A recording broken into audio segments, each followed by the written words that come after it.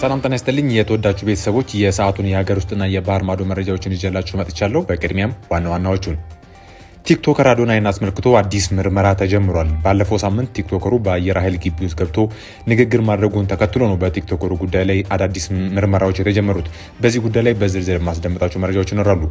በሌላ በኩል በአማራ ክልል ከመንግስት ኃይሎች ጋር ውጊያ ላይ ከሚገኙ የታወቁ ወይም ታዋቂ የተባሉ የፋኖ አመራሮች መካከል አንደኛው የሆነው ግለሰብ ለመንግስት የጸጥታ አካላት እጁን መስጠቱን ተሰምቷል። በዚህ ጉዳይ ላይ ሌላ በዝርዝር የማስደምጣችሁ መረጃ ይኖራል።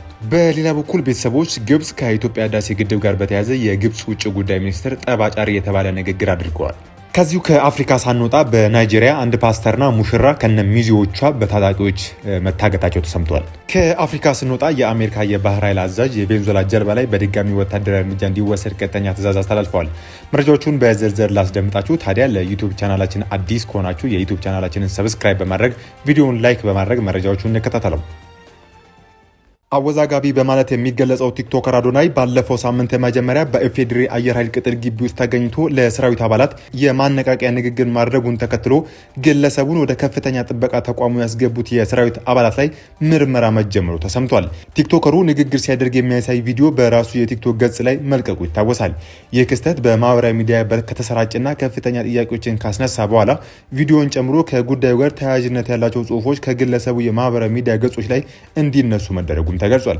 የአየር ኃይል ቅጥር ግቢ ከፍተኛ የሀገር ደህንነት ጥበቃ ከሚደረግባቸው ተቋማት አንዱ እንደመሆኑ መጠን ይፋዊ ተልዕኮ የሌለው የማህበራዊ ሚዲያ ተጽዕኖ ፈጣሪ ግለሰብ ወደ ተቋሙ ገብቶ ንግግር ማድረጉን ንግግሩም ሰራዊቱን የማይመጥንና የወታደራዊ ደህንነት ፕሮቶኮል በግልጽ የጣሰ መሆኑን ጥያቄዎች አስነስቷል። የደረሰን መረጃ እንደሚያመለክተው ቲክቶከር አዶናይን ወደ አየር ኃይል ግቢ እንዲመጣ ያመቻቹና እንዲገባ የፈቀዱ የሰራዊት አባላት ላይ አስተዳደራዊ እርምጃ ለመውሰድ የሚያስችል የማጣራት ስራ እየተሰራም ይገኛል።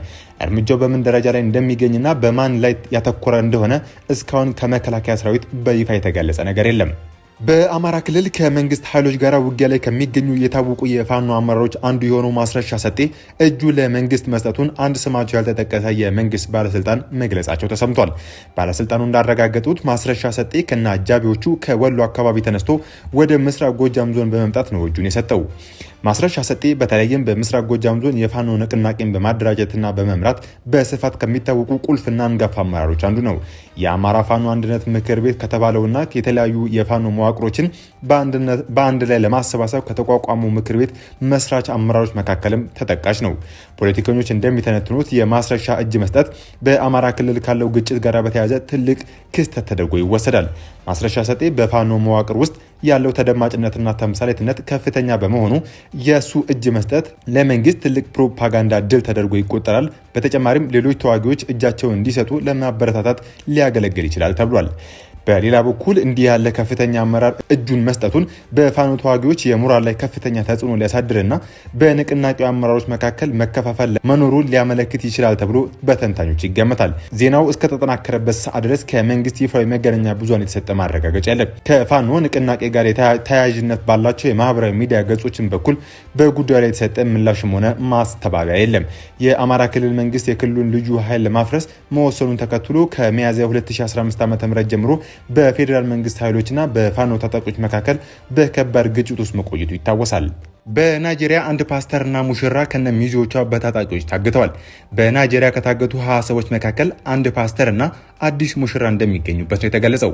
ባለፉት ሳምንታት በናይጄሪያ የሚፈጸሙ እገታዎች ተባብሰው የቀጠሉ ሲሆን ከትናንት በስቲያ እሁድ ህዳር 1 ቀን 2018 ዓ.ም በኮጊ ግዛት በተፈጸሙ ሁለት እገታዎች አንድ ፓስተርና አዲስ ሙሽራ ታፍነው ተወስደዋል።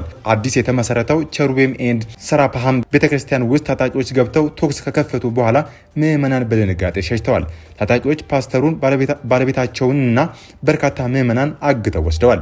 የእሁድ እገታ ከመፈጸሙ አስቀድሞ በስኮቶ ግዛት በተፈጸመ ሌላ እገታ አዲስ ሙሽራ ከነ ሚዜዎቿ ታግተዋል። የፈረንሳይ የዜና ወኪል ኤኤፍፒ እንደዘገበው አንድ ህፃን ከነ እናቱ እንዲሁም ሌላ ሴትም ታግተዋል ሲል ገልጿል። በሰሜናዊና ማዕከላዊ ናይጄሪያ ተባብሶ በቀጠለው እገታ ትምህርት ቤቶችና ቤተ እምነቶች ኢላማም ተደርጓል። እገታው በማን እንደሚፈጸም ግልጽ አይደለም። ተንታኞች እንደሚሉት ግን ከእገታው ጀርባ ያሉት የወንጀል ቡድኖች ሲሆኑ እገታውን የሚፈጽሙት ገንዘብ ለማግኘት ነው ሲሉ ገልጸዋል።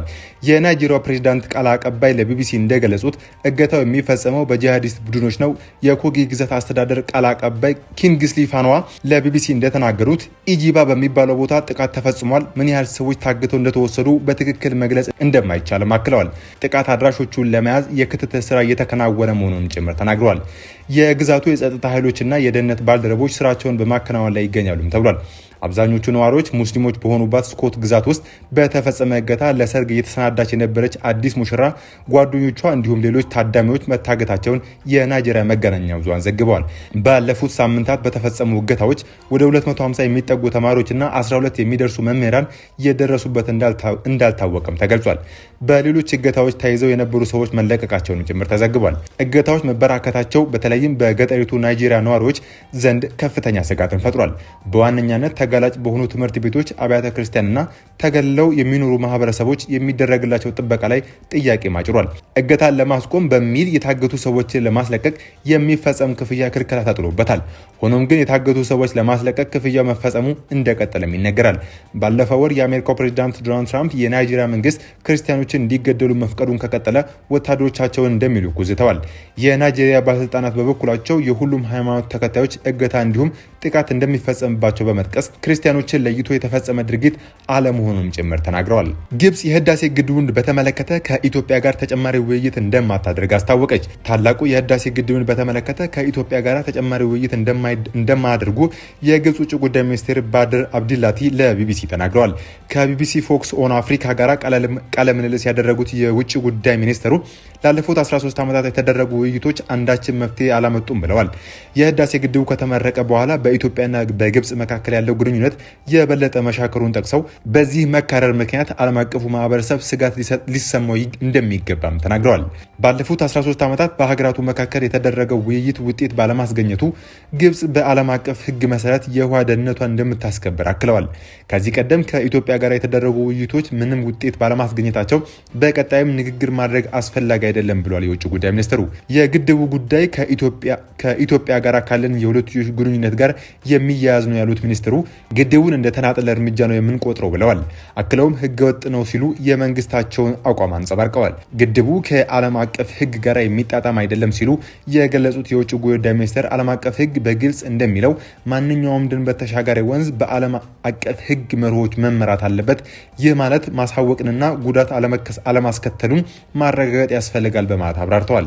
ከአንድ ወር በፊት ግብጽ ብሔራዊ ጥቅሟና የውሃ ደህንነቷን ለማስጠበቅ አስፈላጊ የሆኑ ሁሉንም እርምጃዎች እንደምትወስድ ፕሬዚዳንት አብዱል ፈታህ አልሲሲ መናገራቸው ይታወሳል። ኢትዮጵያ በሰጠችው ምላሽ ግብጽ ህገወጥነትና የበላይነት በተሞላበት መንገድ የአባይን ወንዝ ለመቆጣጠር መሞከሯን ቀጥላለች ብላለች። አልሲሲ ግብጽ በዲፕሎማሲያና እንደ መንግስታቱ ድርጅት ባሉት ዓለም አቀፍ ተቋማት ላይ መተማመኗን እንደ ድክመት መቆጠር የለበትም ብለዋል። ፕሬዚዳንቱ ኢትዮጵያ ታላቁ የህዳሴ ግድቡን በማስተዳደር ረገድ እየተከተለችው ያለው ኃላፊነት የጎደለው አካሄድ አገራቸው እጇን አጣጥፋ አትመለከትም ብለዋል። የኢትዮጵያ የውሃና ኤነርጂ ሚኒስቴር በሰጠው ምላሽ ኢትዮጵያ በአባይ የመጠቀም መብቷን አሳልፋ እንደማትሰጥ አስረግጧል። ከኢትዮጵያ ጠላቶች በኩል በእጅ አዙር ጫና ቢበረታም የኢትዮጵያ እድገት አይቀለበስም ሲሉ አክለዋል። ከቢቢሲ ፎክስ ኦን አፍሪካ ጋር ቃለ ምልልስ ያደረጉት የግብጽ ውጭ ጉዳይ ሚኒስቴር ባድር አብዲላቲ የህዳሴ ግድብ ከዓለም አቀፍ ህግ ውጭ የተወሰደ የአንድ ወገን እርምጃ ነው፣ ይህም የሚያሳዝን ነው፣ እኛን ስላላማከሩን እውቅና አንሰጠውም ብለዋል። ያሳለፍነውን መስከረም ወር ማገባደጃ ላይ የተባበሩት መንግስታት ጠቅላላ ጉባኤ ሲካሄድ የውጭ ጉዳይ ሚኒስቴር ኢትዮጵያ በታላቁ ህዳሴ ግድብ ምክንያት በታችኛው ተፋሰስ የሚኖሩ የሚሊዮኖችን ህይወት አደጋ ላይ ጥላለች ብለው በመክሰስ አገራቸው ጉዳዩን ወደ ዓለም አቀፉ የፍትህ ፍርድ ቤት ተወስደዋለች ብለው ነበር። በዚያው ጉባኤ ላይ የተገኙት በተባበሩት መንግስታት የኢትዮጵያ ምክትል ቋሚ ተወካይ ዮሴፍ ካሳይ ለግብጽ ውጭ ጉዳይ ሚኒስቴር በሰጡት ምላሽ ግብጽ ስለ ታላቁ ህዳሴ ግድብ ያደረገችው ንግግር መሰረት አልባና አሳሳች ነው ሲሉ አጣጥለዋል። ግብጽ ስለ ታላቁ ህዳሴ ግድብ ተአማኒ ያልሆኑ ክሶች በተደጋጋሚ ወደ ተባበሩት መንግስታት የጸጥታው ምክር ቤት አቅርባለች ሲሉ አክለዋል። የህዳሴ ግድብ ከተመረቀ በኋላ ግድቡ በአግባቡ ባለመተዳደሩ ምክንያት የተለቀቀው ውሃ በሱዳን ጎርፍ አስከትሏል በሚል ግብጽ ክስ አቅርባ ነበር። ኢትዮጵያ ክሱን አስተባብላ የግብጽ ክስ ዓለም አቀፍን ማህበረሰብ ለማሳሳት እንዲሁም ሀሰተኛ የተጎጂነት ትርክት ለመፍጠር ያለመ እንደሆነ ገልጻለች። ከግብጽ ክስ በተቃራኒው ታላቁ የኢትዮጵያ ህዳሴ ግድብ ባይኖር ኖሮ ባለፉት ወራት በኢትዮጵያ ደጋማ ቦታዎች የታየው ከፍተኛ ዝናብ ሱዳንና ሱዳንና ግብጽ ውስጥ በሰው ህይወትና በመሰረተ ልማት ላይ ታሪካዊ ውድመት ሊያመጣ ይችል እንደነበርም የውሃና ኢነርጂ ሚኒስቴር ገልጿል። ከአፍሪካ ስንወጣ የአሜሪካ የባህር ኃይል አዛዥ የቬንዙዌላ ጀልባ ላይ በድጋሚ ወታደራዊ እርምጃ እንዲወሰድ ቀጥተኛ ትዕዛዝ አስተላልፈዋል። የአሜሪካ ከፍተኛ የባህር ኃይል አዛዥ አደንዛዥ እጽ ያዘዋውራሉ በተባሉ የቬንዙዌላ ጀልባ ላይ በድጋሚ ወታደራዊ እርምጃ እንዲወሰድ ማዘዛቸው ዋይት ሀውስ አስታውቋል። በቬንዙዌላ ጀልባ ላይ እርምጃ ሲወሰድ ይሄ ለሁለተኛ ጊዜ ሲሆን የዋይት ሀውስ ፕሬስ ሴክሬታሪ ካሮሊን ሌቪት አድሚራል ፍራንክ ብራድሊ ስልጣናቸውና ህጉን ተከትለው ውሳኔውን አስተላልፈዋል ብለዋል። የአሜሪካ መከላከያ ጸሐፊ ፔት ሄግስት እንዳሉት ጥቃት እንዲፈጸም ትዕዛዝ ቢሰጥም ዋሽንግተን ፖስት እንደዘገበው ሁሉንም ሰዎች ገደሉ አልተባለም ብለዋል። ከመጀመሪያው ዙር የአሜሪካ ጥቃት የተረፉ 2 ሰዎች በጀልባው ላይ እንደሚገኙ ከታወቁ በኋላ ሁለተኛው ጥቃት እንዲፈጸም ትዕዛዝ መስጠቱ ተዘግቧል። ዘገባው እንደሚያመለክተው በህይወት የተረፉት ሰዎች በጥቃቱ የተቃጠለው ጀልባ ላይ ተንጠልጥለው ቆይተዋል። ጥቃቱን ተከትሎ የዲሞክራትና የሪፐብሊካን ህግ አውጪዎች ስጋታቸውን ገልጸዋል። ጥቃቱ በተመለከተ በምክር ቤት ግምገማ እንዲደረግም ጠይቀዋል። ፕሬዚዳንት ዶናልድ ትራምፕ እና ፔት ሄግስት የጦር ህግን ተከትለው የአደንዛዥ እጽ አዘዋዋሪ ሽብርተኞች ላይ እርምጃ ይወስዳሉ ሲሉ የዋይት ሀውስ ፕሬስ ሴክሬታሪያት ተናግረዋል። የመጀመሪያው ጥቃት ከተፈጸመ በኋላ 2 ሰዎች ስለመትረፋቸውም ሆነ ሁለተኛው ጥቃት በቀጥታ 2 ሰዎች ኢላማ ስለማድረጉ ማረጋገጫ አልሰጡም። ፔት ሄግስት በህይወት የተረፉት ሰዎች እንዲገደሉ ትዕዛዝ ማስተላለፋቸው የአሜሪካ መገናኛ ብዙሃን ግን ዘግበዋል። የመጀመሪያው ጥቃት እንደ አውሮፓውያን አቆጣጠር መስከረም 2 2025 ነበር የተፈጸመው። አሜሪካ በካሪቢያን አደንዛዥ እጽ ያዘዋወራሉ ባለቻቸው ጀልባዎች ላይ የምትፈጽመው ጥቃት ህጋዊነት ላይ ጥያቄ ተነስቷል። ፔት ሄግስት የአሜሪካ መገናኛ ብዙሃን ዘገባዎችን እሳት የሚያቀጣጥሉ የፈጠራና የንቀት ሲሉ አጣጥለዋል። የሰዓቱ የሀገር ውስጥና የባህር ማዶ መረጃዎች እነዚህ ይመስሉ ነበር። በሌሎች መረጃዎች እስክንገናኝ መልካም ጊዜ